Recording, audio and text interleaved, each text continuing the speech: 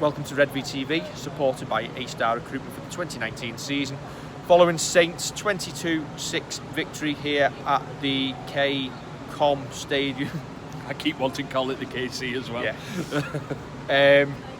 Final league game. Saints have won the league by a record margin, 16 points. Pretty routine. Yeah, run of the mill. I called it last week a pre-season game against Huddersfield. That was almost like the next step up. It's like when you play a lower league team and then you play someone a bit tougher. Because Hull were fighting tonight. I don't think they showed a lot in attack. But on saying that, Saints' defence was good when it needed to be. And going forward, we always had too much for them. Yeah, you always felt there was a couple more gears, wasn't there, if we really needed them. Tom Makinson's second try, the kick from far to the corner. Beautiful. Probably worth the admission fee alone. Yeah. And a hat-trick for Tommy. Yeah. Well, we seemed to click in that first half in attack. Yeah, we certainly did. As you say, flying finish from Tommy Makinson for his first. That kick from Theo was it was inch perfect, wasn't it? Straight into his hands. That's what you want to see from your half-back. Having that kind of, I don't know, swagger, that belief in their own ability to put the kick over there. He's done it, landed it straight into his hands. Makinson's walked in for the third, pretty much after good work again, going over to that right-hand side. You're right, first half, it did all click. Only the one try conceded as well. Another boost to defence, spot on. Least points conceded in the Super League season for Saints. There was 408 last year. This year it's 395. Close, I think. Yeah, 395, I'm pretty sure. We missed out on the Super League points per game conceded record by a mere 2 points. Close then. And Saints weren't happy with that try as well. The players felt, I don't know who it was who put the last offload in, but they felt his elbow had touched the floor, so he was tackled. I thought that at first. I think he just about kept it up. That's it. I mean, we were behind the sticks for a change tonight rather than to the side. It was close. You're going to have to defer to the referee on that. Referees, if I was a neutral watching that game this evening, I am not entirely sure I would have come away knowing the rules of rugby league. Okay. To be polite, and some very bizarre ones, passes that were miles forward, which didn't get given, and some passes that were 15 metres backwards. There was a couple from. I mean, we look at it without Saints hats on. Yeah. Listen, and we're talking after a 16-point winning margin victory. So some of the passes look good. Going backwards, Tommy making someone that you talked about before we started filming. It looked fine, but it goes back and we get the putting at the scrum for a knock on. I'd love to see the penalty count. Yeah, yes. I think it might have been more than points than we scored. We've had a chat off here regarding the penalties. When you're behind the sticks, you've got the side-on view, so you've got the better view of forward passes and not than we have behind the sticks. And I don't care what anybody in the crowd says, you have. Penalties, you've probably got a better view of everything that goes on in the other half of the field as well. Some of them look soft. You're going to get them given in every game. You wonder necessarily why some similar things happen and they're not penalised, both that Saints commit and that the opposition commit. Yeah, it's now I've got a theory on this. Yeah. Is it because Saints' ruck speed is so quick that when the opposition's is so slow, referees think we must be slowing them down? It could be, yeah. But I find it amazing that I don't think we get a penalty in the ruck once in some of these games, yet we're conceding seems to be double figures. Yeah, it was. Are we really that indisciplined? I think it's disappointing when you look back on it, and yeah, as I say again, we're going to look at this with our Saints hats on. The names and the clues in the website. The clues in the website. It's disappointing that we're giving them away, and it's easy to turn around and say, stop putting yourself in that position, stop giving away silly penalties. The only hope is that these things do kind of settle themselves down. They even out over the course of the season. I'm not even That's saying... the line you were looking for. No, not at all, because you have a look at that and you think, if we go back to it, the Morgan Knowles one, and then a couple of weeks later against Huddersfield, he drops one before he gets to the line. And you say that evens it out. That's not even the same scope. The Can I decision is just not say on the that same level. for the semis and the final, I do not want to see a referee outside of Robert Hicks or Ben Failer refereeing it. Yeah. And listen, we said a couple of weeks ago on one What of the about previous. James Child? I don't want to see a referee outside of Robert Hicks and Ben Failer for the rest of the year. I'd have James Child on it.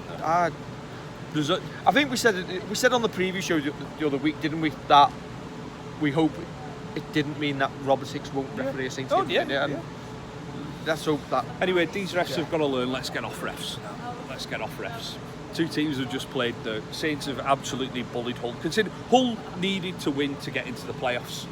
And on the plus side, the penalties against us give us a massive defensive test. Yeah, they certainly did. But I don't know. Hull just. I know they're in this transition year, and Adam Pearson, as we mentioned in the preview show, has done a great interview, and he said it's a transition year. They've got a load of players who are retiring, and they're going to bring in new players next year, and they expect to be in the top 5 next year. That is the full expectation, and challenging for the Super League title. They won't. You'd think that that's going to be another 2 years down the line. Leeds are in a better situation than Hull for me, looking at that. I don't know, because they can't work out what the best half-back partnership is. I don't understand Jake Connor on the bench tonight for them. Well, we turned around and said, has he come on at 13 as a ball player, as an extra half at 13? But he's not a 13 if he is. And he came on after, I think it was after the 3rd try we scored. So if you need to win a game, surely you'd have your best players out there for minute 1. I think it's just a major rebuild for Hull. I think I know we got a few Hull fans watching us, but I don't know. They need some direction. Does Lee Radford stay? I think he is going to do, but I think they've got to look from top to bottom here, and I think they've said that they're going to try and put the tools in place for Lee Radford to have some better coaching staff supporting him as well. Now, whether that's someone with a bit more experience, a couple more years in the game coaching wise, a Tony Smith type character. That would, it probably won't be.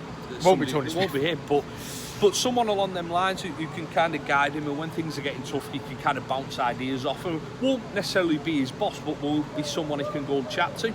I think that Super League needs a strong Hull team, and unfortunately at the minute they've got some players there who you think fantastic, and then others that I know they've got quite a few retiring, but you think. I think in the form table they were second, and away from home, and in the form table at home they're second bottom. That's strange because that's madness, isn't it? Remember, we used to come here and think, do you know what? It was like a graveyard for Saints, wasn't it? It's a fortress, isn't it? And that's it. It's a fantastic stadium. I love this one. I think this is away from the Totally Wicked, this is my favourite stadium. Disappointing. Do you know what? When we used to come here at the start, like early years of it, you get 20,000, and they're down to 11, which is... Again, Adam Pearson's been chatting about that in his interview, and he says that people have been getting in touch with him with abuse and all this, and turning around saying, we're not going to renew our season tickets. And they're pulling off the people who will. Back onto Saints, though. Yeah. James Bentley kept his spot in that 17 tonight. Yep. Joseph Paolo not in it. Is that the 17 that's going to take the field against Wigan or Salford in a couple of weeks' time? Yes, I think so. I think Bentley's versatility is key. Yeah, at the minute. I think we said when he kind of displaced Aaron Smith that his versatility was getting him into the team because he could fill in a couple of positions. Early in the season, he probably had limited opportunities, and he's took them. Yeah. And that's what you want to see, isn't it? And that's what the likes of Aaron Smith, Josh Eves, Joe Batchelor have got to look at James Bentley and think, right, what has he done? He's taken his chance there. He filled in at left centre for 70 odd minutes last week. He's filled in at hooker for a half this week. He can play second row loose forward. He's got a little bit of, not grub about him, but he's got a little bit of niggle in him there. And I think his versatility has definitely got him that space on the bench. And he deserves it. It's not just because he's versatile, he's also putting in the performances to back it up. Right, we will look at the playoffs properly in the next preview show. But we won't have one next week, will we? No, because we've not got a game. Yes. Week off. So Wigan play Salford for the right to play Saints at the Totally Wicked. Expect Wigan probably to come through that. Yeah, you'd think so. Wigan are on form at the minute. I know Salford are going along quite nicely as well, but at home you just expect that advantage just to be too much. Big derby in 2 weeks. You think we need a massive crowd there, don't we? Yeah, We've got 2 bites of the cherry. We hope we're going to use one and we're going to get straight to Old Trafford. That's it, and you think that the crowd for the first one, I mean, we're not going to be confident after a couple of semi-defeats and final defeats, but this is the one to get behind the lads, to turn up to the Totally Wicked, get it done first time, get behind them. Why not? Steve Price will take his Warrington side. Well, we'll play Castleford in the elimination playoff. That's Steve Price, one of the Super League Coach of the Year candidates after winning 2 out of his last 9 games. Strange one that, because weren't they something like 14 points ahead of Wigan and they finished 4 behind them? It's something like that they were 14 points ahead of Wigan and they finished 4 behind them. I think they were 12 ahead of Salford and have finished behind them as well. Do they beat Cass next week? They probably do. They probably start throwing it in and start using the, dare I say it, Challenge Cup winning kind of... They're experienced there, though. For me, Cass have got a chance there next week. Oh, yeah. Well, that's a chance. You know what? I've got to give the Yorkshire Saints a shout out, because there were 2 lads from Yorkshire sat behind me. One a Saints fan, one a Cass fan. And they have got a chance. I mean, I think he'd have preferred to have gone to Salford. The thing is, you potentially look at Cass now.